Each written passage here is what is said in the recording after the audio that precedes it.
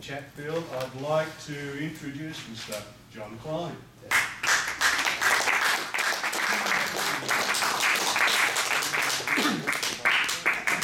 Well, thank you. And evaluating David is no easy task. One must find themselves pondering pedantic subjects. Nice.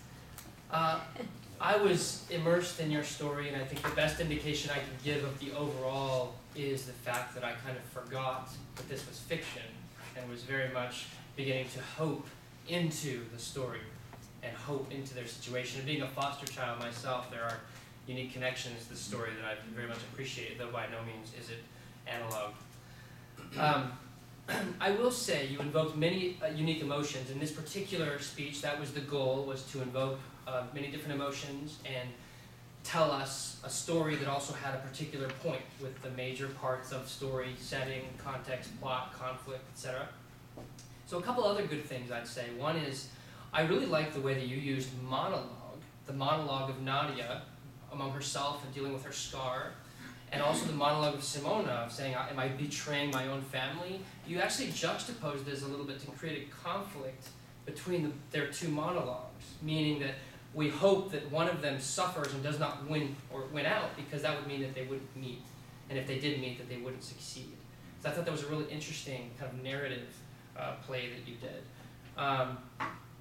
I think that as far as what was the point, I thought was very interesting as well, in that you stated that beyond the surface, right, what we think if somebody goes out looking for a child, we expect them to kind of look for the prettiest, cutest, etc. in any situation. But in your situation, you said that, you know, it almost in our wounds, it is almost in our shared weakness, in our vulnerability, that sometimes we make the deepest connection. And that would bring me to a point of a couple things that you could improve on, I thought. One, I felt that there was a tremendous opportunity for, to leave us with a climax at the end. And specifically around that point where I loved how you had the introduction, there's the scar, here's my scar, right? We're getting the visuals on that. And you kind of left it just with a statement of like welcome or something like that, which really left it to us to translate the power behind that. But if you would have had a statement that says, I've always thought that it is in our deepest wounds that we find our strongest connections. Let's go home, right?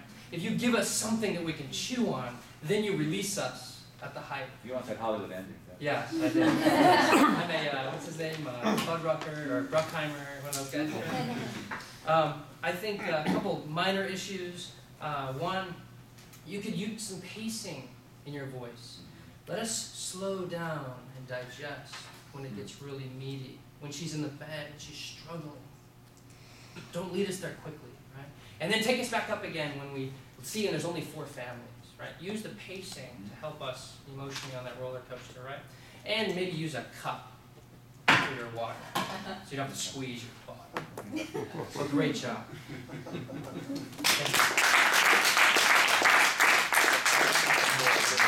Thank you.